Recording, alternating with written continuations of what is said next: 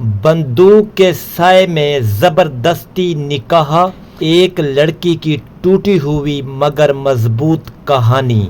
اس دن جب میرے ابو کے سر پر بندوق رکھی گئی تو میرے کانپتے ہاتھوں نے وہ دستخط کیے جنہوں نے میری پوری زندگی بدل دی۔ میں دلہن تو بنی مگر اپنی مرضی سے نہیں، بلکہ ایک ایسے خوف کے ساتھ جس نے میری سانسیں تک چھین لیں۔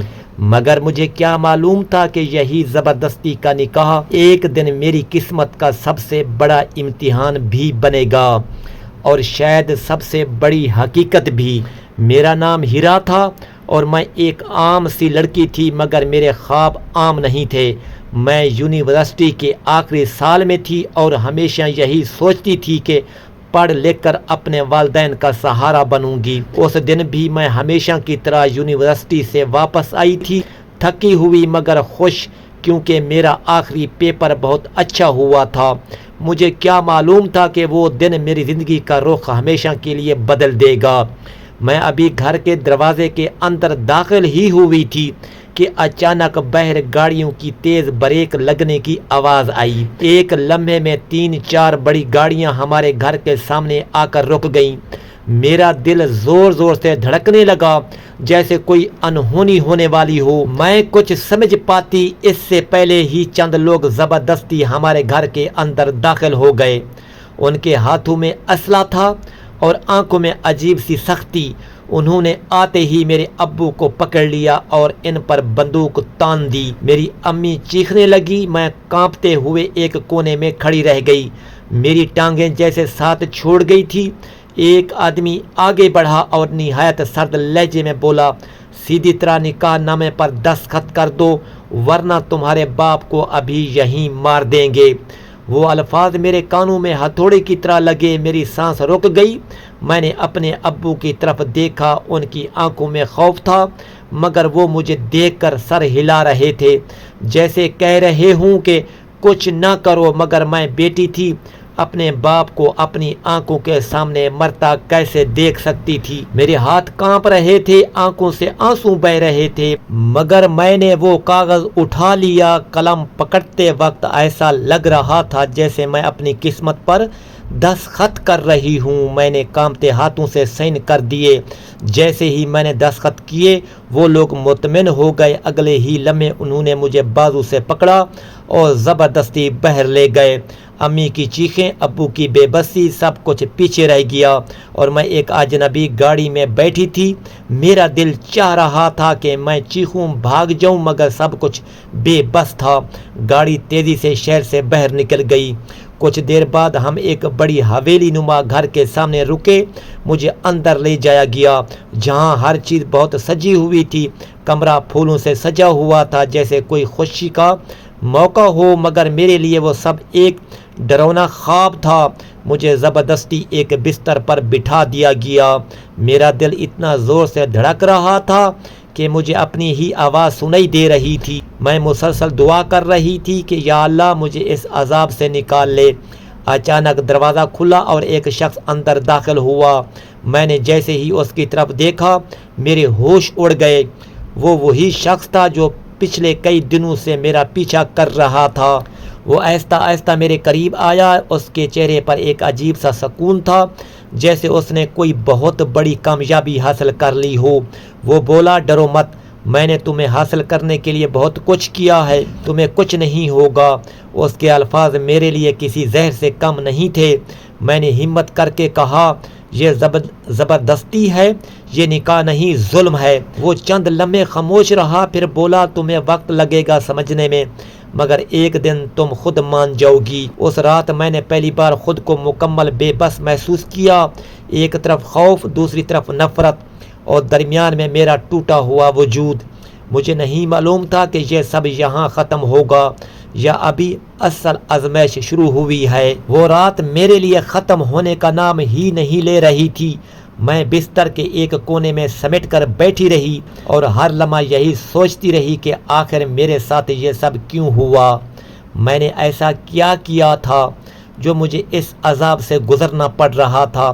وہ شخص جس نے زبردستی مجھے یہاں لایا تھا کچھ دیر بعد کمرے سے چلا گیا، مگر اس کے الفاظ میرے کانوں میں گونجتے رہے کہ تم ایک دن خود مان جاؤ گی۔ مجھے اس کی ہر بات سے نفرت محسوس ہو رہی تھی اور دل چاہ رہا تھا کہ ابھی اسی وقت یہاں سے بھاگ جاؤں، مگر دروازے کے باہر محافظ کھڑے تھے اور کھڑکیوں پر موٹی سلاخیں لگی ہوئی تھیں۔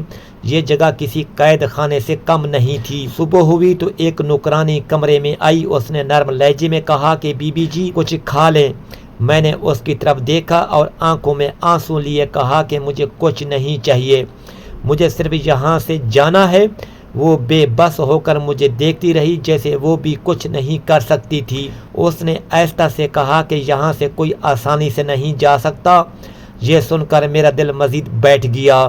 میں نے پہلی بار محسوس کیا کہ میں واقعی قید ہو چکی ہوں۔ کچھ دیر بعد وہی شخص دوبارہ آیا۔ اس نے مجھے پرسکون کرنے کی کوشش کی اور بولا کہ میں تمہیں کوئی نقصان نہیں پہنچاؤں گا، میں صرف تمہیں اپنی بیوی بنانا چاہتا ہوں۔ میں نے غصے اور درد میں کہا کہ بیوی وہ ہوتی ہے جس کی رضا ہو، جسے عزت سے گھر لایا جائے، بندوق کے زور پر نہیں۔ اس نے میری بات سنی مگر اس کے چہرے پر کوئی پشیمانی نہیں تھی، بلکہ ایک ضد تھی، جیسے وہ ہر حال میں مجھے اپنے پاس رکھنا چاہتا ہو۔ اس نے کہا کہ تمہیں وقت دوں گا، مگر یہاں سے جانے کی بات دوبارہ مت کرنا۔ دن گزرتے گئے اور میں ہر روز اسی کمرے میں بند رہتی۔ کبھی کھڑکی سے باہر دیکھتی تو دور دور تک ویرانی نظر آتی، کبھی اپنے ماں باپ کو یاد کر کے روتی۔ مجھے یہ بھی نہیں معلوم تھا کہ وہ زندہ ہیں یا نہیں۔ میں ہر نماز میں اللہ سے دعا کرتی کہ مجھے اس ظلم سے نجات دے، مگر حالات جیسے ویسے ہی رہے۔ اسی دوران میں نے محسوس کیا کہ وہ شخص میرے ساتھ زبردستی یا بدتمیزی نہیں کرتا تھا، وہ بس چاہتا تھا کہ میں اسے قبول کر لوں، مگر میرے دل میں اس کے لیے صرف نفرت تھی، کیونکہ اس نے میری زندگی چھین لی تھی۔ ایک دن مجھے موقع ملا جب نوکرانی دروازہ کھولا چھوڑ گئی، میرا دل زور سے دھڑکنے لگا۔ میں آہستہ آہستہ دروازے کی طرف بڑھی اور باہر جھانکا، راستہ خالی تھا۔ میں نے ہمت کی اور دوڑنے لگی۔ مجھے لگا شاید آج میں آزاد ہو جاؤں گی، مگر ابھی میں سین تک پہنچی ہی تھی کہ دو محافظوں نے مجھے پکڑ لیا۔ انہوں نے مجھے سختی سے واپس کمرے میں بند کر دیا۔ اس لمحے مجھے اپنی کمزوری کا شدت سے احساس ہوا اور میں زمین پر بیٹھ کر پھوٹ پھوٹ کر رونے لگی۔ میری امید ایک بار پھر ٹوٹ چکی تھی۔ اسی رات وہ شخص میرے پاس آیا۔ اس نے سخت لہجے میں کہا کہ دوبارہ ایسا کرنے کی کوشش نہ کرنا۔ میں نے اس کی طرف دیکھا اور پہلی بار پوری ہمت کے ساتھ کہا کہ تم چاہیے مجھے قید کر رکھ لو، مگر میرا دل کبھی تمہارا نہیں ہوگا۔ وہ کچھ لمحے مجھے دیکھتا رہا، پھر خاموشی سے چلا گیا۔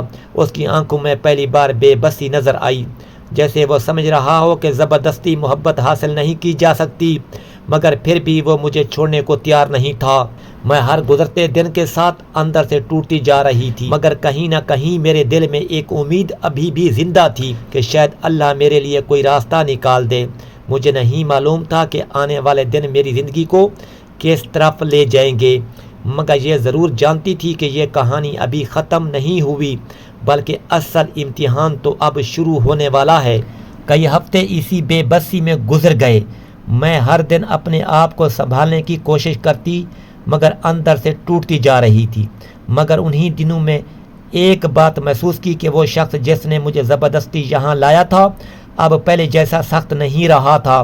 وہ اکثر میرے کمرے کے باہر خاموش کھڑا رہتا، جیسے کچھ کہنا چاہتا ہو مگر کہہ نہیں پاتا۔ اس کی آنکھوں میں اب وہ ضد کم اور بے چینی زیادہ نظر آنے لگی تھی، مگر میرے دل میں اس کے لیے کوئی نرمی نہیں تھی، کیونکہ اس نے میری زندگی برباد کر دی تھی۔ ایک دن وہ کمرے میں آیا اور میرے سامنے بیٹھ کر بولا کہ میں نے تمہیں حاصل کرنے کے لیے غلط راستہ چنا، مگر میرا ارادہ تمہیں تکلیف دینا نہیں تھا۔ میں نے پہلی بار اسے غور سے دیکھا۔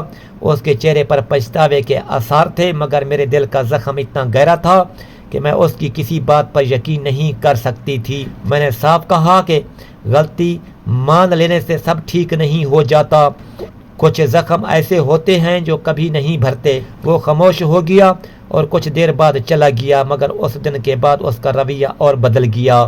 اب وہ مجھ پر کسی چیز کے لیے زور نہیں دیتا تھا، نہ ہی میرے قریب آنے کی کوشش کرتا، بس دور رہ کر میرا خیال رکھتا۔ یہ سب میرے لیے عجیب تھا، کیونکہ میں سمجھ نہیں پا رہی تھی کہ یہ سب سچ ہے یا کسی نئے کھیل کی شروعات۔ مگر پھر ایک دن ایسا ہوا جس نے میری سوچ کو ہلا کر رکھ دیا۔ اس رات حویلی میں اچانک شور مچ گیا، باہر سے کچھ لوگوں کے آنے کی آوازیں آ رہی تھی، نوکر ادھر ادھر بھاگ رہے تھے۔ میں ڈر کے مارے کمرے میں بیٹھی رہی۔ کچھ دیر بعد دروازہ کھلا اور وہ شخص تیزی سے اندر آیا۔ اس کے چہرے پر گھبراہٹ تھی۔ اس نے کہا کہ تمہیں یہاں سے نکلنا ہوگا۔ میں حیران رہ گئی اور کچھ سمجھ نہ پائی۔ اس نے جلدی سے دروازہ بند کیا اور بولا کہ میرے دشمنوں کو تمہارے بارے میں پتہ چل گیا ہے اور وہ تمہیں نقصان پہنچا سکتے ہیں۔ میں تمہیں اس خطرے میں نہیں چھوڑ سکتا۔ اس کی بات سن کر میرے اندر عجیب سی کیفیت پیدا ہوئی۔ ایک طرف وہی شخص تھا جس نے مجھے قید کیا تھا اور آج وہی مجھے بچانے کی بات کر رہا تھا۔ میں نے اس سے کہا کہ مجھے یہاں سے جانے دو، مجھے اپنے گھر جانا ہے۔ اس نے میری طرف دیکھا اور پہلی بار اس کی آنکھوں میں ہار نظر آئی۔ اس نے ایسا سے کہا کہ اگر تم چلی گئی تو شاید میں تمہیں کبھی نہ دیکھ سکوں، مگر میں تمہیں زبردستی نہیں روکوں گا۔ یہ سن کر میرا دل ایک لمحے کے لیے رک سا گیا۔ مجھے یقین نہیں آ رہا تھا کہ وہ واقعی مجھے جانے دے گا۔ اس نے دروازہ کھولا اور کہا کہ پیچھے کے راستے سے نکل جاؤ۔ میں نے بغیر کچھ کہے باہر قدم رکھا۔ میرا دل زور سے دھڑک رہا تھا، ہر قدم پر ڈر تھا کہ کہیں یہ سب دھوکہ نہ ہو، مگر میں چلتی رہی۔ آخر کار میں حویلی سے باہر نکل آئی۔ رات کا اندھیرا، سنسان راستہ اور میں اکیلی، مگر اس وقت وہ اندھیرا بھی مجھے آزادی جیسا لگ رہا تھا۔ میں نے پیچھے مڑ کر ایک بار دیکھا، وہ دور کھڑا مجھے دیکھ رہا تھا۔ اس کے چہرے پر دکھ تھا، مگر اس نے مجھے روکنے کی کوشش نہیں کی۔ میں تیزی سے آگے بڑھتی رہی اور آخر کار ایک سڑک تک پہنچ گئی جہاں سے مجھے شہر جانے والی سواری مل گئی۔ کئی گھنٹوں کے بعد جب میں اپنے گھر پہنچی تو دروازہ کھٹکھٹاتے ہوئے میرے ہاتھ کانپ رہے تھے۔ دروازہ کھلا تو سامنے میرے ابو کھڑے تھے۔ وہ مجھے دیکھ کر جیسے ساخت رہ گئے۔ اگلے ہی لمحے انہوں نے مجھے گلے لگا لیا اور میں پھوٹ پھوٹ کر رونے لگی۔ وہ لمحہ میرے لیے زندگی کا سب سے بڑا سکون تھا، مگر میرے اندر کہیں نہ کہیں ایک سوال باقی تھا کہ آخر وہ شخص جس نے مجھے قید کیا، اس نے مجھے آزاد کیوں کر دیا؟ یہ سوال میرے دل میں رہ گیا، مگر مجھے نہیں معلوم تھا کہ اس کا جواب مجھے بہت جلد ملنے والا تھا، اور وہ جواب میری زندگی کا رخ ایک بار پھر بدل دے گا۔ میں نے اس دن پہلی بار سمجھا کہ انسان کی زندگی صرف دکھوں کا نام نہیں ہوتی، بلکہ ہر دکھ کے پیچھے کوئی نہ کوئی راز، کوئی نہ کوئی حکمت ضرور چھپی ہوتی ہے۔ میں اس اندھیری کوٹری میں بیٹھی اپنے آنسوں کو سمیٹ رہی تھی، مگر دل کے اندر ایک عجیب سی آگ جل رہی تھی۔ وہ آگ صرف خوف کی نہیں تھی، بلکہ سچ کو سامنے لانے کی تھی۔ سائیں کمال الدین کی حویلی میرے لیے قید خانہ بن چکی تھی، مگر میں نے فیصلہ کر لیا تھا کہ میں اپنی تقریر کو ایسے نہیں چھوڑوں گی۔ وقت گزرتا گیا، دن مہینوں میں بدلنے لگے، مگر میرے اندر کی خاموشی ایک طوفان بن چکی تھی۔ سائیں مجھے ہر آسائش دیتا، قیمتی کپڑے، زیور، نوکر چاکر، مگر وہ ایک چیز نہیں دے سکتا تھا، اور وہ تھی دل کی آزادی۔ میں نے کئی بار اس سے بات کرنے کی کوشش کی، مگر وہ ہر بار یہی کہتا کہ میں نے تمہیں عزت دی۔ میں جب اپنے گھر واپس آئی تو ایسا لگ رہا تھا جیسے میں ایک لمبی قید سے آزاد ہو کر آئی ہوں، مگر دل کے اندر کے زخم ابھی بھی تازہ تھے۔ امی نے مجھے گلے لگا لیا۔ ابو کی آنکھوں میں آنسو تھے، مگر اس بار وہ آنسو کمزوری کے نہیں بلکہ شکر کے تھے کہ میں صحیح سلامت واپس آ گئی۔ دن گزرنے لگے، میں نے خود کو سنبھالنے کی کوشش شروع کر دی۔ راتوں کو ڈراؤنے خواب آتے، کبھی وہ بندوقیں، کبھی وہ حویلی، مگر آہستہ آہستہ میں نے خود کو مضبوط کرنا شروع کر دیا۔ میں نے فیصلہ کر لیا تھا کہ اب میں اپنی زندگی کے کسی کے خوف کے سائے میں نہیں گزاروں گی۔ چند دن بعد خبر ملی کہ سائیں کمال الدین کے خلاف کئی مقدمات کھل گئے ہیں۔ جن لوگوں کو وہ اپنی طاقت سے دباتا تھا، وہی لوگ اب اس کے خلاف کھڑے ہو گئے تھے۔ پولیس نے اس کے ٹھکانوں پر چھاپے مارے اور آخر کار وہ گرفتار ہو گیا۔ یہ سن کر میرے دل میں عجیب سا سکون آیا، جیسے اللہ نے میرا بدلہ خود لے لیا ہو۔ میں نے اپنی پڑھائی دوبارہ شروع کی۔ وہ خواب جو ادھورے رہ گئے تھے انہیں پورا کرنے کا ارادہ کیا۔ اب میں وہ کمزور لڑکی نہیں رہی تھی جو بندوق کے سائے میں دستخط کر دیے، بلکہ ایک ایسی عورت بن چکی تھی جو اپنے حق کے لیے کھڑی ہو سکتی تھی۔ وقت کے ساتھ ساتھ میرے زخم بھرنے لگے، مگر اس واقعہ نے مجھے ایک سبق دے دیا تھا کہ انسان کو کبھی اپنی عزت پر سمجھوتا نہیں کرنا چاہیے۔ جو رشتہ جبر سے بنایا جائے وہ کبھی سکون نہیں دیتا، اور جو فیصلہ خوف میں کیا جائے وہ ہمیشہ دل کو زخمی رکھتا ہے۔ اس کہانی کا نچوڑ یہی ہے کہ ظلم چاہے کتنا ہی طاقتور کیوں نہ ہو، ایک دن اب اسے ختم ہونا ہی ہوتا ہے، اور جو انسان صبر کے ساتھ سچ کا ساتھ دیتا ہے اللہ اس کے لیے راستے خود بنا دیتا ہے۔ میں نے آخرکار یہ سیکھ لیا کہ زندگی ہمیں توڑنے کے لیے نہیں بلکہ سنوارنے کے لیے آزماتی ہے، اور جب انسان اپنے خوف پر قابو پا لیتا ہے تب ہی وہ حقیقت میں جیتتا ہے۔